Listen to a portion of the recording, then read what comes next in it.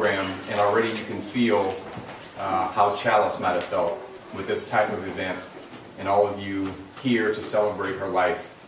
My name is Rory Verrett. I'm LV's son-in-law, and I want to thank you all for coming today. And we're going to have several people come up and give remarks and reflections about Challis. And since I'm opening it up, I guess I'm first. As many of you probably can attest, we lose a lot of people in our lives the older we get. And at 43, I've lost a lot of close friends of mine who passed too soon. Challis as a family member who passed too soon. Challis's memory for me is fairly unique and fairly specific. On my first date with my wife, about the second and a half glass of wine into what we knew was a special connection, my wife told me very simply, "There's something I want to tell you. My mother is in a committed lesbian relationship."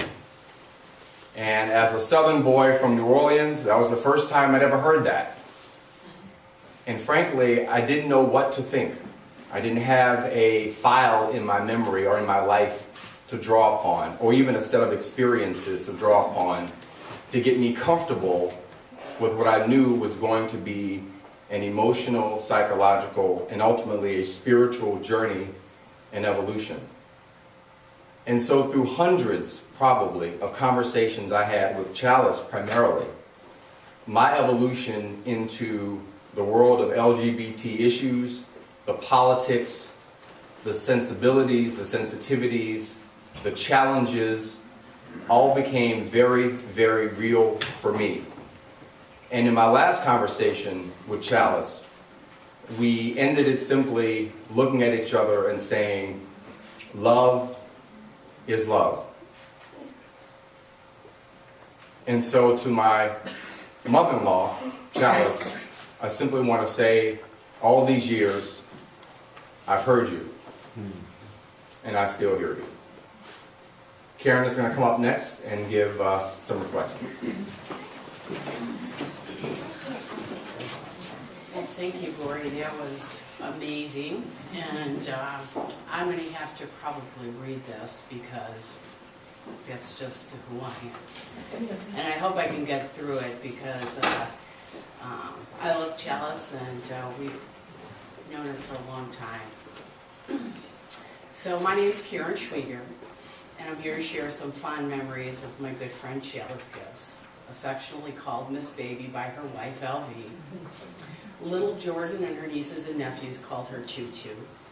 Elijah and Colby called her Grandma Challis. And I learned from her dad, Jack, that she was also known as Lulu. Whatever name one uses for Challis, she will always be remembered for her winsome smile, dry sense of humor, and deliberate ways. I met Challis 22 years ago and instantly recognized her caring, generous spirit. Our friendship grew, and so did our circle of friends, including her new then sweetheart LV. On many Sunday afternoons, you could find this new group of friends, Steve, Uncle Mark, Deb, and others, at Las Mananitas on Halstead. Challis has always been, and some may know this about her, been very particular about her diet, and specifically her libations. She was in charge of ordering the margaritas, and they were of the very freshest and purest ingredients. Fresh lime juice, Grand Marnier, premium tequila. On the rocks, stirred, no salt. Well, after a few pitchers and some food, we'd stagger down to sidetracks for show tunes. Challis enjoyed the energy of song and dance, and being with the boys who share the same appreciation. Perhaps it reminded her of her carefree youth growing up in Ridgeville, Ohio, where she performed in a high school theater group, played the ukulele, and loved to sing. Her dad told me Challis was a natural performer. Actually, he said she was a ham. Her Aunt Carolee told me she fondly remembers a home movie where she sang, "Here I Am," with a Charlie Chaplin swagger. She said the short performance captured Challis's attitude of, "Here I am, world. What do you have for me? I'll take it." I remember when she shocked a group of gal pals out for a burlesque show during the gay games held here in Chicago. Before we knew it, Challis was on the stage, wooing and wowing the audience with a striptease. Snap, snap, her shirt open to reveal a very sturdy sports bra. Challis considered herself a tomboy. She loved to climb trees, fish, and according to her brother, one of her favorite childhood costumes was a cowboy outfit complete with holster and 2 pistols. According to her dad, she was his shadow and was always ready to lend a hand in any project he was working on. He remembers her as being very competitive, especially with her brother and other boys. He said she'd often outperform them in Cub Scout exercises, and she continued to push the gender barrier by pursuing a degree in computer science. Challis was a pioneer in real estate. She purchased a home in Cabrini Green on Mohawk when it was considered a risky area to settle. She put a lot of sweat and creativity in her property, including a gorgeous garden. Flowers and plants were Challis's artistic palette and creative outlet. Over the years, Elvie and Challis created many magical homes together. Elvie contributed her artistic touches and love of color and art, while Challis organized and maintained the upkeep of their space. Their latest home is on the lake, where they hosted many fun times such as barbecues, pool parties, and quiet strolls on the beach.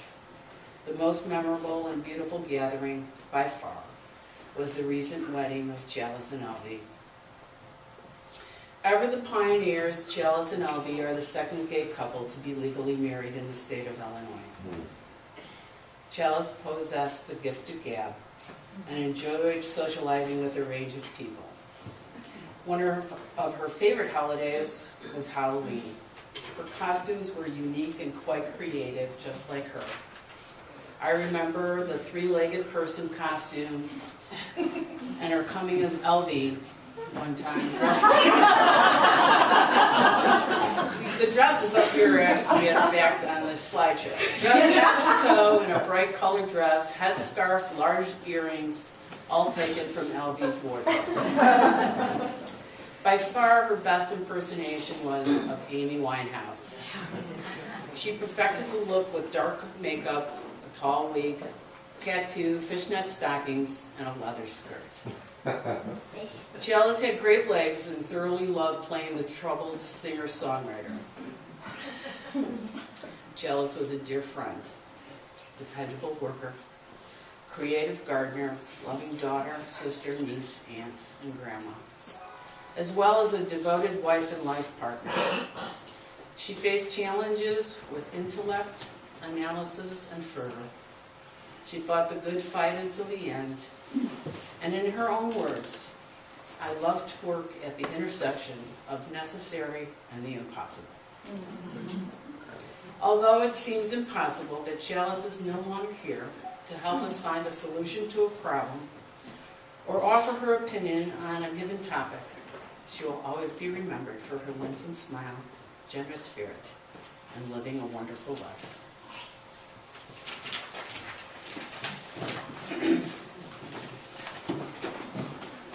Okay, I'm known as the weeper, so I'm going to do the very best I can.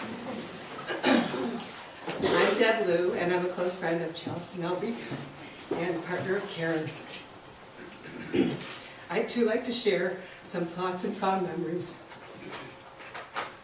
I met Challis and Elvie over 20 years ago, and our friendship has developed and changed over time. Gone are the wild days of the Women's Music Festival, late night partying, and the occasional silly argument. For whatever reason, Challis and I didn't always see eye to eye. We even had to sit in a specific arrangement at the dinner table to achieve harmony. I honestly don't remember what we argued over, but I do know that I have and always will respect and honor Challis's deep regard for social justice. Born on October 22nd, Challis was a Libra, ruled by Venus, the planet of love. The scales, which are the symbol for Libra, represent a strong sense of justice and fair play. Challis was definitely a Libra. Harmony was very important to her, and she had a strong dislike for discord, tension, cruelty, and injustice. Her humanitarian nature led her to fight for social justice. She embraced her lesbian identity, and she and Alvy fought for gay, lesbian, transgender rights by marching on Washington, contributing to human rights campaigns, and standing up for equality. I remember when she told me that she sent emails to her relatives regarding the inequities of Prop 8. She received a range of responses. Remember, Ohio, it's a swing state. Happily, times are changing and same-sex marriage is once again allowed in California. Thankfully, Challis and Alby were legally married here in Chicago, and all of the what-ifs are no longer a worry. Seems hard to believe that Alby might have been left with no legal rights if same-sex marriage wasn't recognized in our state. I know that Challis was determined to protect and provide for Alby. On their wedding day, Challis rallied her energies, and both she and Alby radiated with joy and happiness. It was such an honor to witness their legal union. Being a lesbian and in a biracial relationship, Challis lived her life with integrity. She fought against racism, sexism, and discrimination by speaking up when necessary. She believed in individual rights and was committed to being on the correct side of justice. Raised in a small town in Ohio, Challis enjoyed the freedom of exploration. She often shared stories of being in nature and reveling in its beauty. She introduced me to fishing by arranging a trip to the French River in Canada, a place she went with her family since she was a child. I was very excited to be on the adventure, but soon discovered that I was a bit squeamish when it came to putting a worm on a hook and actually removing the fish from the hook once it was caught. Alby even openly questioned me on why I thought I would like fishing. Valiant Challis assisted me with the hooks, and before I knew it, I was hooked on fishing. First thing in the morning, we would get in our small motorboats to find the perfect fishing hole for walleye. Later, we would share a shore lunch and chat. We heard stories of Challis swimming, fishing, and connecting to the river. Some of her ashes will be scattered at the French River by her dad. On another occasion, the four of us went to Florida to visit Challis's parents, and once again, we fished, played cards, and drank something called a Presbyterian. Despite political differences, Challis and her parents loved one another very much. Challis's mom, Mary Lou, was a spirited woman who sadly lost her life to cancer too. I'm sure Mary Lou would have wished she could have been there for Challis to comfort her through some of her pain. Thankfully, Alby was constantly at her side, providing comfort and love. So many friends and family members stopped by their home with food, flowers, and love. Challis and Alby are so lucky to be loved. We are thankful that Challis is now at peace and pain-free. I will always remember Challis's analytical nature and innate sense of logic. Yet, there seems no rhyme or reason to her untimely death. Challis had a thirst for knowledge and easily comprehended new and varied things. She enjoyed going to the movies and listening to the latest music discovered by Alby. She was a strong and capable woman whom I loved dearly. It was an honor to be her friend, and I'm grateful that I knew her and will remember her fondly forever.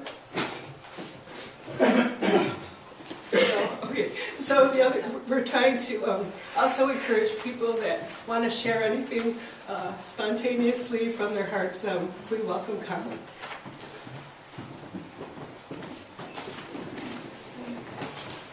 These have been wonderful tributes to Challis.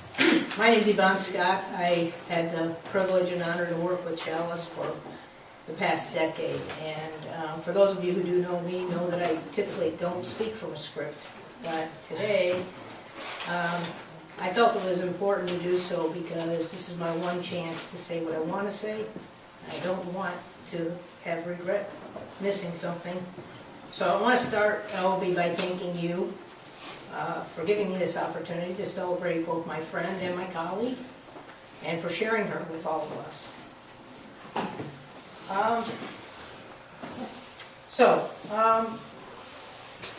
Fortunately for me, the relationship with Challis grew into both a collaboration and a friendship. And Challis left us all too soon. But consistent with her ability to condense a lot into a little, her impact was profound. Challis and I often refer to the famous Mark Twain quote, "I am writing you a short letter because I don't have time to write you a long one." I'm writing you a long one because I don't have time to write you a short one. Challis always took the time. She had a unique talent to take something very complex and distill it down to something very simple. We evidenced that in her wedding vow to Elvie. It was only one word, always. Simple, but memorable, complete, and powerful. And that was the essence of Challis. For those of you who do know me well, you know that I often use analogies to get my point across. Challis always teased me about that. But I am going to share a couple with you today.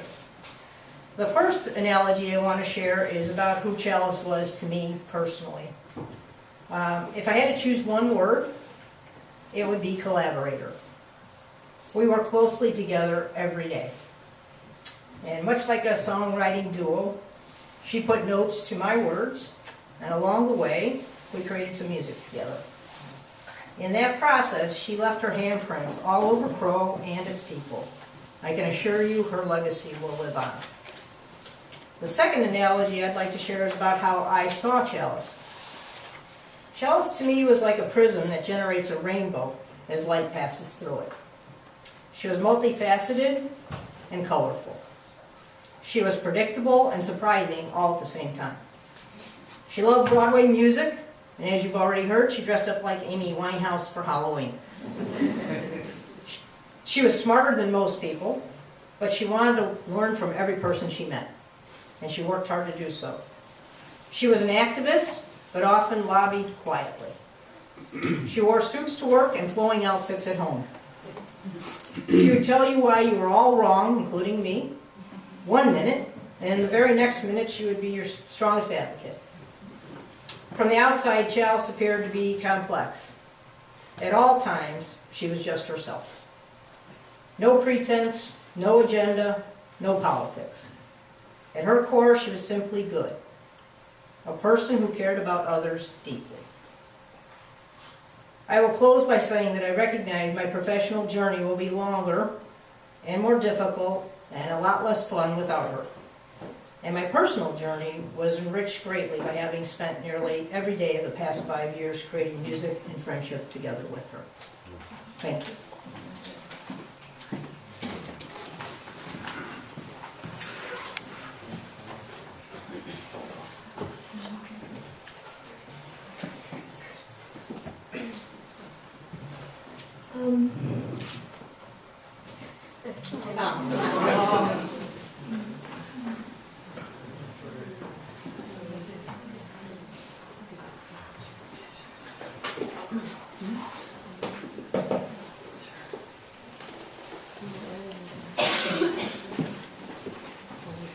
Hello, my name is Rhonda, and I am Elvie's sister cousin. It's a complicated relationship they write books about, and don't even try to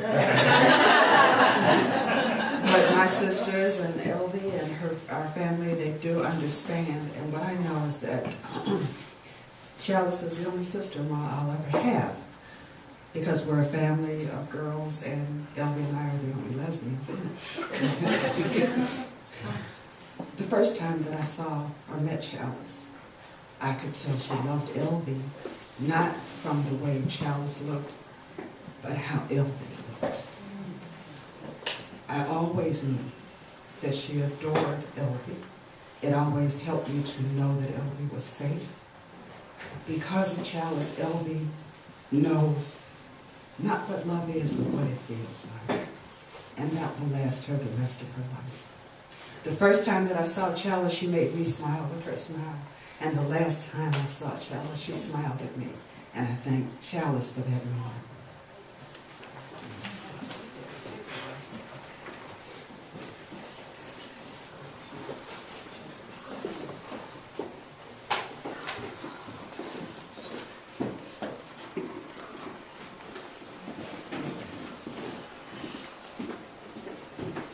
My name is Lynn Stacko. I've known Challis for almost half my life. We met in the late 80s when Steve Stoll introduced us. Unfortunately, part of our early relationship was about a friend who died of AIDS, which then became an adventure in gardening, which I'd never even had a potted plant before. And Challis would do things like leave pink flamingos in my lawn because she thought it was too uptight.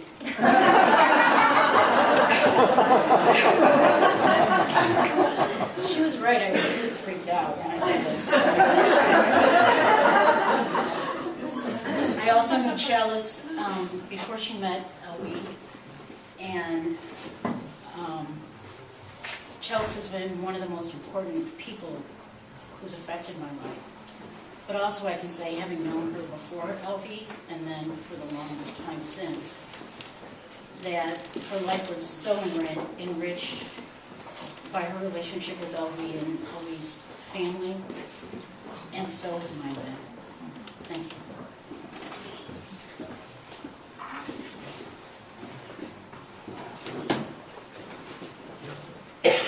Hi, my name's Annette, and it's kind of nerve-wracking to get up here to Phil Challis poking me in the back, saying get up there somehow, you know?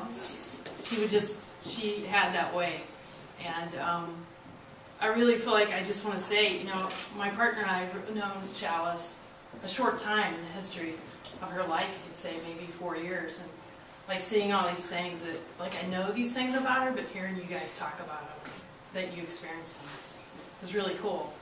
And I would say our relationship with her is more quiet. I mean, I have seen her break out into a Madeline Kahn opera, which threw me, because I didn't know all this about her, but I remember we had a lot of quiet times together with Elvie and Challis in the recent years, and some traveling together. And Challis and I loved to share different kinds of bourbon together. Those are the things I'll remember. Simple things, and just how graceful she was about life. Was if she, to me, was never really trying, but could do or accomplish anything. She never made it look hard, or never, you know, it seemed like what was radiating from her was the idea of just, you know, life is what it is, and just be the best that you can. And I really appreciate that from her, and I think a really strong memory my partner and I will have is her holding our newborn baby. She was 3 weeks old. It was like there was some synergy between them. I feel like our kid has a guardian angel. And that's it.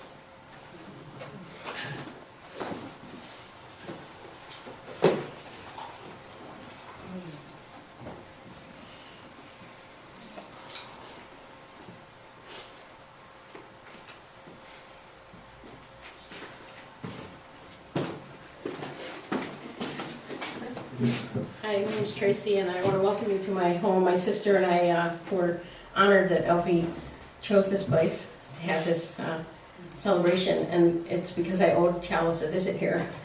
And Elvie said she couldn't think of a better place to have it, so I'm sorry we can't fit everybody in, but it certainly says what Elvie meant, what Challis and Elvie had meant to the community. I come from a more political perspective on this. What Elvie and Challis did with their very public fight for marriage last year opened the doors for other couples that were facing similar circumstances to them. They were holding it open, making sure that other people that were in a similar position to them were able to get their marriages in time. Technically, marriage wasn't going to be legal for a few more months, so that legal case was so important to other families who faced that same struggle.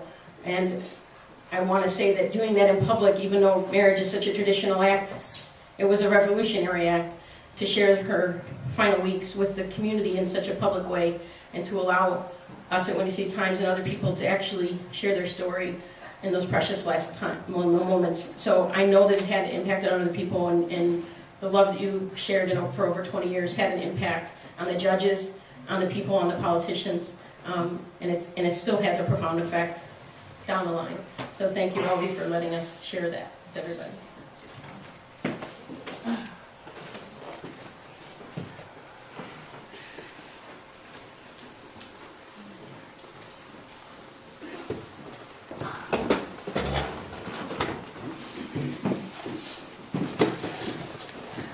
I'm Steve, the one that Lynn Sacco referred to, that kind of uptight gardener that she was. I wish I had a script. I feel like I'm at the award ceremony and I didn't have a script.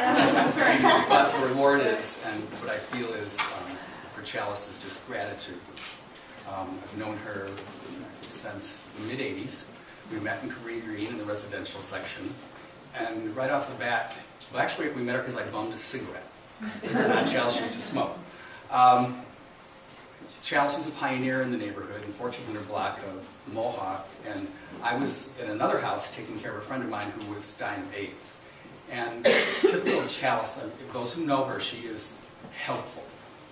And some people, when they help you, it's like, God, I'd just rather do it myself. And Challis was not like that. She was the best support ever, and it made my friends' passing much easier. Then, more personally, about 15 years later, I was diagnosed with cancer, and it was a very lonely and frustrating and scary time.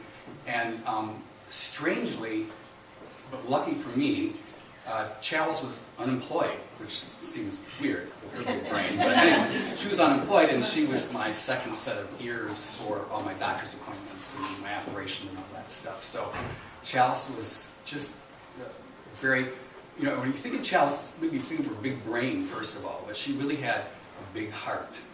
And that's what I'll most remember of her. But for less serious topics, we had a lot of fun. We were both gardeners. We spent innumerable hours at Fertile Delta. That was a place to go back then. Every new plant that came in, we'd buy it. It would probably die, but whatever. And I remember when I built my house, we decided we'd plant a tree in my backyard. And instead of having the tree planters plant it, we decided we could do it. And then we realized that the soil was all clay. So it took a long time and some vodka.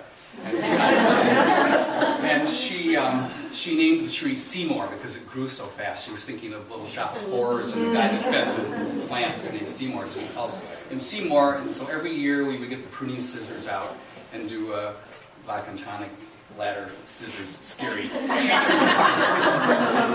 tree pruning party. We had a lot of parties. She had such a beautiful garden on Mohawk, and that's just a wonderful memory because she really knew how to make things work with color and texture in her garden. So she had a lot of parties there on her back deck, and then my house, we had more of the indoor parties, and we were kind of well known. Maybe a few of you were there back then. This is before 1990. We had martini pajama parties. So think about it. Martinis, pajamas, lots of butts squishing, lots of boob flashing, and yeah. At the same time, or during the same era, we did a lot of trips to Saugatuck, not only for the nurseries there, but just because Saugatuck was a fun, gay place to be. We were single. We'd go to the dunes at night and listen to music, and we both love music, and neither one of us are very good dancers. That's, I don't know, it's a strange memory. But then LV came along, and we decided to go to Mexico. I've been going for many years, and the three of us, plus Mark, who's around here somewhere, started going to Mexico in, I think, somewhere in the early 90s. I think we made about 16 trips for Thanksgiving. We always wanted Thanksgiving. In fact, we went through 2012. So maybe 16, 17 trips. We had a great time. We'd go to the beach during the day and have some fancy drinks, sit in the shade, look at the younger people. And then at night, and sometimes we'd separate for the day, and you know, me and Challis would go their way and others would go their way. But at night, we'd always get together and have a fabulous dinner. And Challis really loved that. I mean, we all loved it. It was just a great memory that I'll have.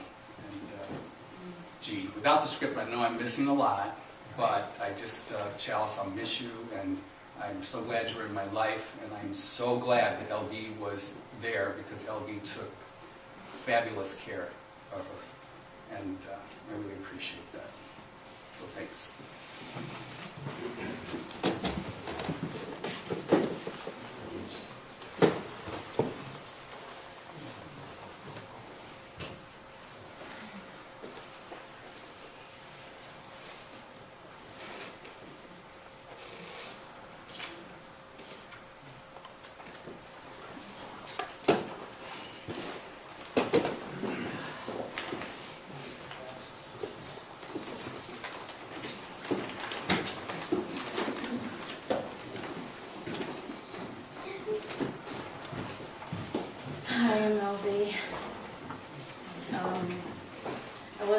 say anything because I didn't think I could get through it, and I probably still won't get through it, but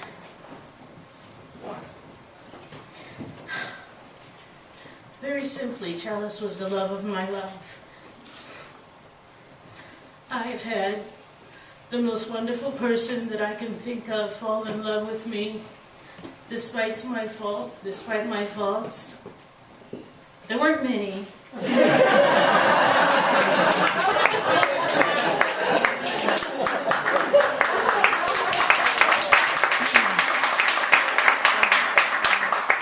But if you knew Challis at all, you know she could find a good 6. I have to say that I've just experienced the most 21 wonderful years of my life. Every day I told Challis how much I loved her.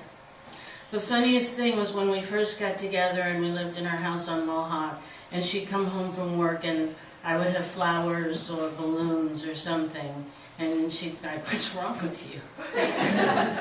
And I'm like, "I'm happy you're home."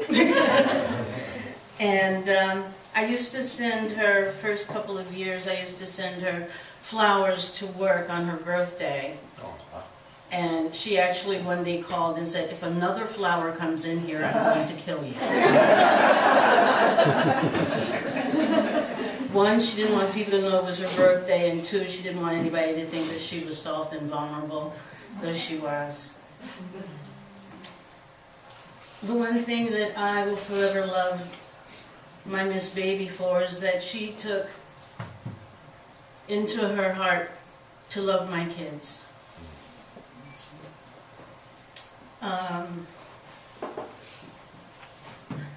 For me, it was just unbelievable. It was just unbelievable.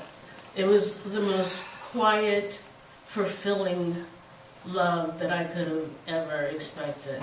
I didn't know to expect anything. I don't know what you all don't know much about me, but I lost my mother and my father and my brother and everybody that raised me, except for my cousins who are right now, my sister. No, you raised us. You raised us. He's Albright. She's old.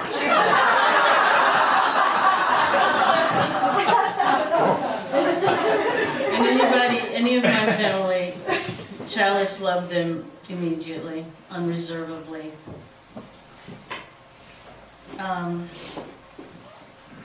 There's so much I want to say. It escapes me. I've grieved a lot in my life due to various passings of various people, and this is most unlike anything. And I tell people it's because this is the first loss I've had where it's the person that she chose me.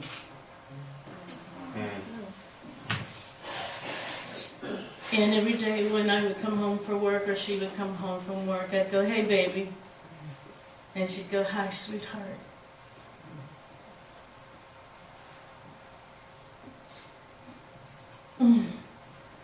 I've had a love, and it was awesome.